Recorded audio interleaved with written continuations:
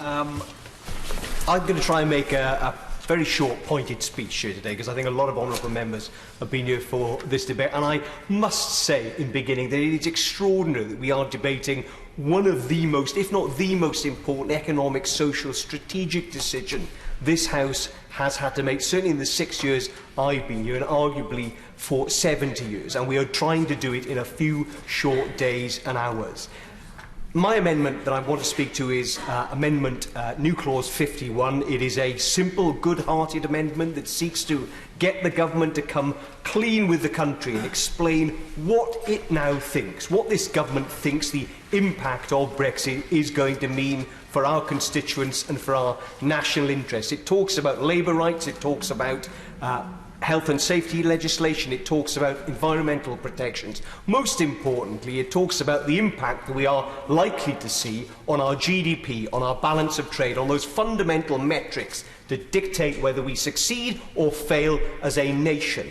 And I tabled this amendment, Mr Howarth, before we saw the abject, lamentable piece of work that the government produced last Thursday. The white paper, the 70-odd skimpy pages of white paper, 10% of which is actually white or blocked out. It's the whitest white paper I think the House has ever seen. And I contrast it with the 200-odd page report that the Treasury produced in advance of the referendum, detailing minutiae all of the impacts that were anticipated as a result of these changes in respect of GDP.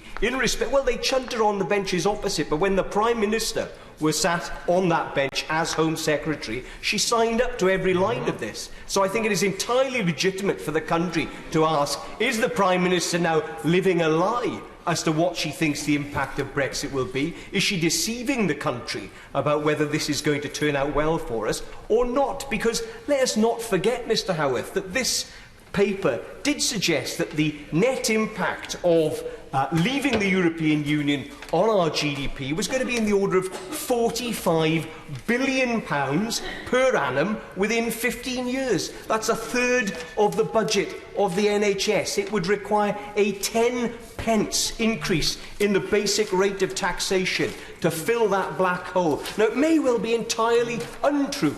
Perhaps it was just an estimate by experts in the Treasury, which we shouldn't believe any longer. But if so, the government needs to come clean and tell us what is the current estimate.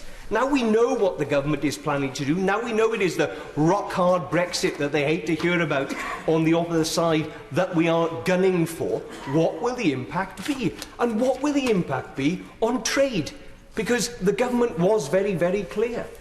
Under any circumstances, leaving the European Union will reduce trade by this country.